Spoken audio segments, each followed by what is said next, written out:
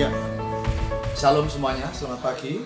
Saya ingin menyapa saudara-saudara kita yang ada di rumah. Saya juga ingin menyapa saudara-saudara semua yang ada di tempat ini. Saya percaya saudara semua berada dalam kehendak Tuhan yang ajaib. Amin saudara. Saya percaya saudara hari-hari ini berada tepat dalam kehendak Tuhan. Karena pada waktu saudara berada tepat dalam kehendak Tuhan, badai apapun yang saudara hari ini sedang lintasi, krisis apapun, masalah apapun, tekanan yang saudara sedang hadapi hari ini, saya mau berkata kepada saudara, saudara akan tetap kuat. Yang saya katakan amin.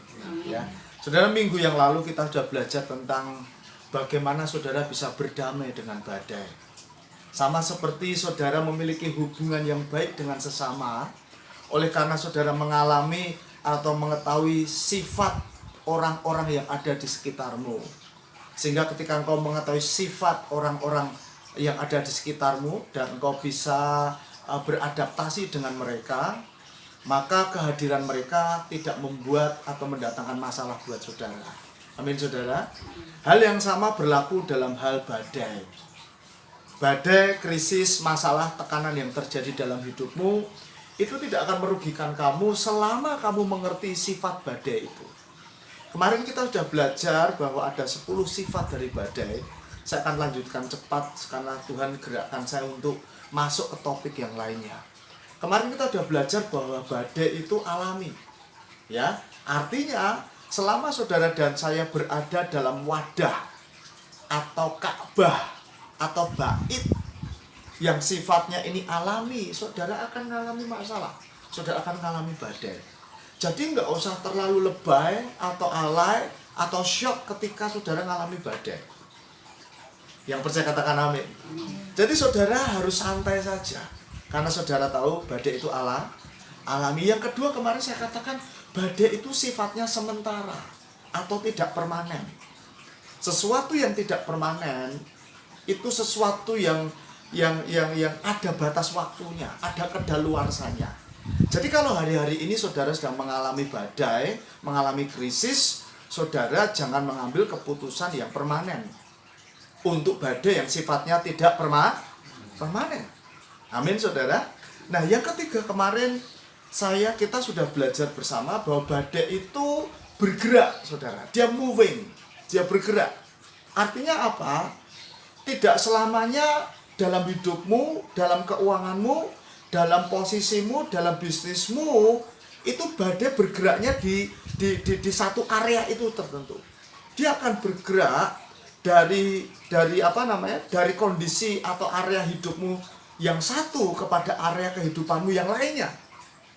Kalau dalam hubunganmu tidak ada badai, bisa saja ada badai dalam bisnis kamu. Itu artinya ada moving ya, bergerak ya. Bisa saja keluargamu nggak terkena badai, bisnismu nggak terkena badai, maaf, kesehatanmu kena badai di sana. Itu artinya badai itu terus bergerak, moving. Ya, jadi saudara harus mengerti, saudara harus bersahabat, saudara harus berdamai dengan badai. Karena apa? Badai itu terus bergerak. Nah, yang keempat, kemarin kita sudah belajar bahwa badai itu memaksa saudara dan saya harus berubah. Kadangkala ada anak-anak yang dikasih tahu papahnya untuk belajar, dia bandel, dia nggak mau belajar. Ya, sampai suatu ketika badai ketidaklulusan menghantam hidupnya dan dia mengalami rasa malu yang berat sekali, baru dia berubah. Baru badai itu memaksa dia berubah. Kadangkala ada anak-anak Tuhan, termasuk juga saya belajar, kita nggak akan pernah berhenti dari berhutang.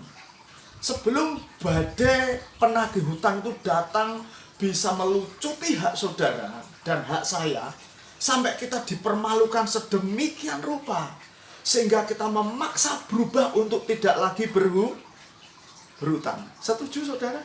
Badai itu memaksa saudara apa? Berubah. Yang percaya katakan amin. Kalau saudara tidak mau berubah oleh khotbah, saudara siap-siap diubahkan oleh apa? Oleh badai. Yang siap katakan amin. Ya.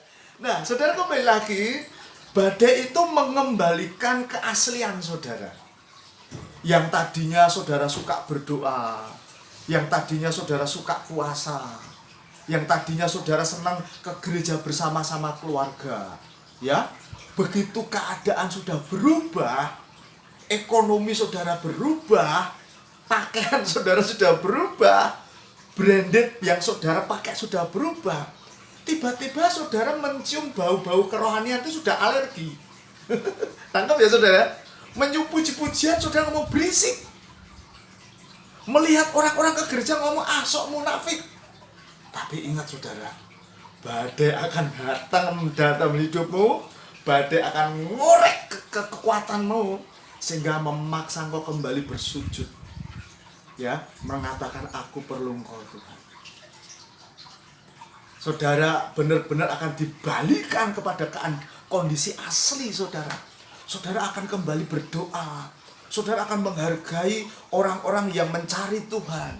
Saudara juga akan kembali kepada sifat asli yang saudara, di mana saudara bergantung sama Tuhan. Nah, selanjutnya kemarin kita sudah belajar bahwa badai itu menyingkapkan kelemahan saudara. Ya, pohon itu kelihatan cantik, pohon itu kelihatan kuat, itu tidak akan teruji kekuatannya sebelum badai itu datang. Ya, tapi ketika pohon itu diterpa badai, baru kelihatan akarnya itu sedalam apa, menahan batang yang ada di atasnya. Saudara tidak akan pernah lihat kualitas iman seseorang di bangku sebelah orang yang ada duduk di sebelah kanan gereja, sebelah kiri saudara. Ya, dia tampil cool, dia tampil hai, ya, ketawa sana, ketawa sini, ketawa ke TV, saudara. Dia nggak tahu. Tapi saudara akan tahu kualitasnya ketika badai itu datang dalam hidupnya. Jadi badai itu menyingkapkan kelemahanmu. Artinya seperti ini. Saudara tidak akan tahu siapa kamu sebelum badai itu datang. Jadi badai itu saya gambarkan seperti cermin, saudara. Ya, begitu datang badai itu, ternyata saudara akan tahu, aku ternyata lemah. Ternyata aku tahu, aku tidak sekuat yang aku tahu. Badai menyingkapkan apa? Kelemahan kamu. Jadi saudara harus berdamai dengan badai. Karena apa? Ketika engkau tahu, ketika tersingkap kelemahanmu, kamu harus cepat-cepat buru-buru perbaiki kelemahanmu. Nah, saya lanjutkan yang ketujuh. Badai itu mengembalikan nilai-nilai yang sebenarnya dalam hidupmu itu apa. Saudara, badai itu datang memberitahu saudara apa yang bernilai dalam hidupmu. Saya tidak tahu ya apa yang membuat kamu yang bernilai dalam hidupmu. Tapi saya akan tahu pada saat saya tidur di rumahmu, tidak usah lama, sehari saja saya tidur di rumah saudara, dan saya akan tahu apa yang bernilai dalam hidupmu. Pada saat saya tidur di rumahmu, dan saya melihat kamu bangun pagi-pagi mencari Tuhan, berarti saya tahu yang bernilai dalam hidupmu siapa? Tapi pada saat saya tidur di rumah saudara, saudara undang saya nginap di rumah saudara. Pagi-pagi saudara buka mata, tiba-tiba TV menyala dan mendengarkan headline news hari ini bahwa perusahaan besar bangkrut. Saudara akhirnya apa? Meresah, ngomel-ngomel sendiri. Karena saudara akan tahu, akan diketahui orang apa yang menjadi prioritasmu dari apa yang bernilai dalam hidupmu, itu diketahui dari apa yang menjadi prioritas kamu. Kalau kamu pagi-pagi buka TV, berarti yang bernilai dalam hidupmu itu adalah TV. Ada juga yang bisnis menjadi yang bernilai dalam hidupnya. Ada juga uang, ada juga kekayaan, medsos, apapun itu. Tetapi setelah saudara keserang badai, saudara akan tahu, badai itu akan mengembalikan kamu mencintai, menghargai, dan memprioritaskan apa yang bernilai dalam hidup kamu. Amin, saudara. Nah, yang ke-8, saya mencatat di sini, badai itu mengingatkan kita akan kematian. Ya, bayangkan selama masa COVID ini Tuhan izinkan saya ngubur 8 orang, saudara. Alkitab katakan lebih baik ke rumah apa? Ke rumah duka daripada ke tempat pesta. Kenapa Alkitab mengatakan seperti itu? Alkitab mengatakan seperti itu. Setiap kali saudara datang ke rumah duka, saudara diingatkan satu perkara, bahwa kematian itu nyata. Amin, saudara. Jadi badai itu seringkali akan memberitahukan kepada saudara bahwa saudara kelak akan meninggalkan dunia yang fana ini. Amin, saudara. Ada beberapa orang yang luput dari kematian akibat pandemi corona ini, yaitu saudara dan saya. Ya, karena itu bersyukurlah saudara. Ada beberapa orang yang dengannya kita duduk bulan yang lalu, hari ini sudah dikubur.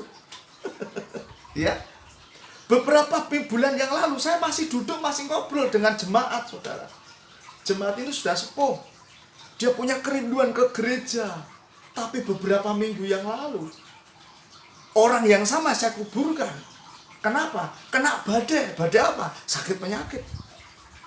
Saya mau beritahu sama saudara, artinya apa yang saudara dan saya lalui di bulan-bulan yang lalu, itu seperti pintu-pintu kematian yang saudara itu telah lewati.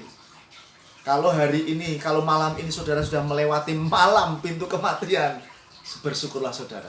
Amin, saudara. Jadi kalau saudara dan saya masih duduk mendengarkan saya berkhotbah, including myself, masih bisa preach to you, khotbah untuk saudara, semua karena anugerah Tuhan. Amin, saudara. Badai akan mengingatkan saudara bahwa suatu saat nanti saudara akan mati. Amin, saudara. Tuhan mengizinkan badai datang dalam hidup kita, mengingatkan kita bahwa hidup ini apa? Singkat.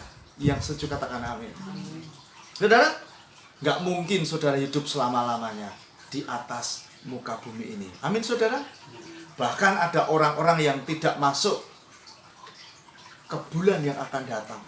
Ya, saya mau beritahu sama saudara, badai datang untuk mengingatkan kita, apapun yang saudara punyai sekarang, kamu hanya bisa membawa sebuah peti. Ya, saudara dan saya hanya bisa dibawa oleh sebuah peti masuk kepada bumi. Amin, saudara. Barang-barang berharga yang saudara hari ini beli dan miliki, ketika saudara dan saya meninggal, orang lain yang menikmati dan menggunakannya. Percaya? Ya. Jadi mari saudara, mari fokus dengan apa yang penting dalam hidup ini, saudara. Ya, yaitu Tuhan. Saya menyarankan. Yang kedua siapa? Keluarga kamu. Yang pertama siapa? Fokus kepada Tuhan. Yang kedua siapa? Keluargamu. Kenapa Pak Untung kok keluarga? Karena ketika saudara dan saya itu mengalami badai, kadangkala teman-teman yang ada di sekelilingmu meninggalkan kamu loh. Setuju? Ya, kadang-kadang ada teman-teman yang datang dalam hidupmu karena uangmu. Setuju? Kadang-kadang ada orang yang datang dalam hidupmu, teman-teman banyak datang dalam hidupmu karena apa? Popularitas kamu. Kenapa saya dikatakan yang menjadi prioritas kamu, yang harus kamu menjadi fokus untuk kamu benar-benar hargai adalah keluargamu. Karena dia yang akan senantiasa setia menyertai saudara ketika saudara menghadapi badai. Yang selanjutnya, saudara juga hargai sahabat-sahabat saudara di dalam Kristus yang mendukung saudara. Amin, saudara. Saya memiliki seorang sahabat yang luar biasa, setia. Dia seorang dokter, saudara. Ibu dokter ini sahabat dan dia teman yang luar biasa, setia dalam mendukung pelayanan saya. Saat saya jatuh, dia terus mendukung pelayanan saya. Dan untuk teman-teman yang lain, anak-anak rohani yang lain, ketika saya itu dicampakkan oleh kehidupan ini, dia tidak meninggalkan saya. Dan orang-orang yang seperti itulah yang saudara harus fokus. Amin, saudara. Ingat, kalau saudara diberkati, ada orang-orang yang datang hati-hati. Artinya bukan saudara menjaga jarak. Hati-hati di sini artinya apa? Tetap bangun hubungan, tapi saudara tidak terlalu begitu fokus pada dia. Amin, saudara. sampai dia teruji oleh waktu. Yang saya katakan amin. Saudara, selanjutnya saya belajar bahwa badai itu seringkali datang dalam hidupmu, itu dia mampu mengikis habis kesombongan kamu. Ya, kadangkala kita ini nggak ngerti loh saudara, bahwa kita ini sombong. Itu tidak akan saudara ketahui sampai badai itu datang dalam hidup kamu. Pak Untung, kalau boleh saya tanya, sombong itu apa? Sombong itu berkata, aku bisa tanpa kamu, aku bisa tanpa Tuhan. Itu sombong. Sombong itu bukan seperti orang Jawa, aku nggak sapa kamu. Enggak. Selama saudara berkata, I did it my way, gua bisa lakukan sendiri dengan kekuatan gua, saya katakan sombong. Amin. Sombong itu apa, Pastor? Sombong itu tahtanya Tuhan coba saudara ambil. Artinya apa? Saudara nggak sadar, saudara itu pencipta dan dia itu saudara itu ciptaan dan Tuhan itu pencipta. Kadang-kala saudara, kita nggak sadar kesombongan itu berakar dan mengkristal dalam hidup kita, dan itu tidak akan pernah bisa dicongkel siapapun sampai suatu ketika badai itu datang. Amin saudara. Memang benar, kesombongan itu milik Tuhan. Ya, kesombongan milik siapa? Kalau Tuhan bisa bersombong, dia orang pribadi yang bisa sombong. Tapi saudara lihat, Yesus itu di kitab Filipi mengatakan seperti ini. Dia merendahkan diri, mengambil rupa seorang hamba, taat sampai mati di atas kayu salib. Nah, kalau bapakmu modelnya seperti itu, kamu jangan contoh Lucifer yang mencoba mengambil posisi bapak kamu. Lucifer itu kan sombong, apa? Dia hendak mengatasi langit, dia menghendak mengatasi tahtanya Tuhan, dia hendak mengatasi. Saya mau beritahu sama saudara, kesombonganmu akan dikikis habis oleh apa? Badai. Yang percaya katakan amin. Ya. Nah, yang ke-10, saya mau beritahu sama saudara, badai itu mengarahkan saudara kepada Tuhan. Ya. Seringkali sebelum saudara dan saya mengalami badai, fokusmu tuh hanya kepada my, I, me, kulo, apalagi abdi, beta, ya. Semuanya fokusnya ke sini, saudara. Saya mau beritahu sama saudara, kadang-kala badai ketika datang dalam hidupmu, dia Tuhan pakai untuk mengarahkan kamu kembali kepadanya. Masih ingat saudara apa yang Yesus kisahkan dalam perumpamaan 2 anak yang hilang? Nangkep? Anak yang sulung dan anak yang bungsu. Anak yang bungsu memilih untuk meninggalkan siapa? Meninggalkan bapaknya. Ya, yang tadinya terhubung dengan sumber, tersuplai segalanya, tinggal nikmati saja, dia malah memilih meninggalkan sumber. Dan apa yang terjadi? Badai menyerang hidupnya sehingga memaksa dia hidup di kandang babi. Kadangkala saudara, badai itu mengarahkan saudara kepada tempat-tempat yang tadinya saudara anggap itu jijik. Pada saat badai datang, justru saudara memasuki tempat itu agar kamu belajar bahwa ada tempat yang lebih baik yang Tuhan inginkan untuk engkau masuki. Amin saudara. Anak yang bungsu ini dipaksa oleh badai masuk ke pekarangan babi yang memang bukan tempatnya dia. Kalau saudara dinasihatin pendeta, saudara ngomong nggak penting. Saudara dinasihatin orang yang saudara kasih, yaitu istri saudara, saudara bilang nggak penting. Ada saatnya saudara badai menasihati saudara dan memaksa saudara masuk kandang babi. Maaf, sampai tubuhmu bau babi, ngomongmu bau babi, ya. Ingat, badai seringkali membawa kamu, mengarahkan kamu kembali kepada Tuhan. Amin saudara. Saya membaca banyak berita bahwa di tahun 2020 ini adalah tahun yang nggak pasti saudara. Tapi satu hal yang saya mau katakan kepada saudara, janji Tuhan pas. Berarti yang percaya katakan amin saudara. Haleluya. Nah saudara, saya sudah menyelesaikan 10 hal yang saudara dan saya harus ketahui tentang badai. Jadi pada waktu saudara dan saya mengetahui sifat-sifat badai yang sudah saya berikan kepada saudara, maka ketika saudara mengalami badai saat ini, saudara bisa berdamai dengan dia. Karena apa? Dia tidak akan pernah menyakitin kamu dan bisa menghancurkan kamu. Yang ngerti katakan amin. Saudara, tadi pagi pada waktu saya berdoa, saya digerakkan Tuhan untuk saya menyampaikan kepada saudara tentang bagaimana saudara dan saya berdoa ketika saudara berada dalam badai. Karena saya belajar kualitas kehidupan doamu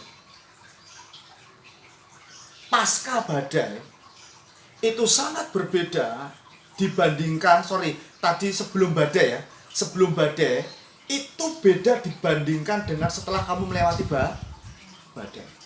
Kualitas doamu itu akan berubah, saudara. Sebelum engkau melewati badai dan sesudah engkau keluar dari badai. Amin, saudara. Nah, saudara, Alkitab tuh mengajarkan kepada kita berbagai macam cara saudara berdoa.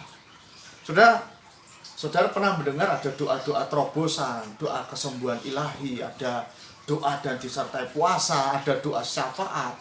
Bahkan yang sering kali diseminarkan berkali-kali ada doa Bapa Kami, ada doa ucapan syukur, ada banyak hal, saudara. Maka hari ini saya ingin kita belajar bagaimana saudara dan saya ketika mengalami badai hari ini, engkau bisa berdoa. Saudara, ada banyak anak Tuhan begini, mana mungkin aku bisa berdoa, pastor? Aku stres, mana bisa aku berdoa? Firman Tuhan katakan dengan jelas kok, saudara. Ya, Yesus berdoa, Daniel berdoa, siapa lagi? Yakub berdoa. Ada banyak anak-anak Tuhan yang saudara dan saya baca di Alkitab, ketika mereka mengalami badai, dia bisa memilih untuk berdoa. Jadi kalau saudara berkata, mana mungkin aku dalam keadaan seperti itu kan bisa berdoa? Jawabannya mungkin. Hanya saudara mau nggak memilih. Amin, saudara. Saya mau beritahu saudara, hidup ini tuh kisah tentang badai. Setuju, saudara? Saya kasih tahu. Hidup ini adalah cerita tentang krisis, cerita tentang pencobaan, kesesakan, saudara. Jadi pertanyaannya, bagaimana saudara menang atas krisis, atas badai? Nggak ada cara lain, saudara mesti berdoa. Itu yang saya lakukan, itu yang saya alami, itu yang saya lakukan. Ketika badai itu datang, saya buru-buru, saya membiasakan diri untuk doa. Doamu akan berbeda ketika semuanya berjalan dengan baik, ya. Tetapi ketika saudara menghadapi krisis, doa menjadi sesuatu yang sangat mendesak, ya, sesuatu yang menggairahkan. Setuju, saudara? Ya, saudara, apa yang Alkitab katakan ketika saudara dalam keadaan terdesak? Ya, kadang-kadang saudara terdesak oleh kebutuhan, kadang-kadang saudara terdesak oleh deadline, kadang-kadang saudara terdesak oleh panggilan-panggilan pelayanan kamu. Lah, bagaimana saudara mensikapi? Bagaimana saudara bisa berdoa ketika saudara berada di tengah-tengah krisis atau badai? Krisis atau badai itu saya definisikan sebagai sebuah malapetaka atau bencana yang datang tiba-tiba dan yang tidak saudara harapkan, tanpa peringatan yang datang dalam hidupmu. Amin, saudara? Nggak pernah badai datang dalam hidupmu, SMS dulu, Pak Andi, besok jam sekian saya mau datang ya. Pernah, saudara? Termasuk juga kematian, setuju? Gua besok mau datang loh, kamu mau mati, siap-siap ya. Adalah, saudara, 1001 orang yang alami seperti itu, ya. Ingat, masalah-masalah yang saudara hadapi yang jauh melampaui kekuatan saudara untuk menanganinya, itu saya kategorikan sebagai sebuah badai. Saudara, Anda tidak akan pernah bisa melihat kapan itu datang. Nggak ada peringatan. Kemarin saya katakan, badai itu masih ingat? Badai itu buta. Badai itu nggak punya perasaan. Yang setuju katakan amin, ya.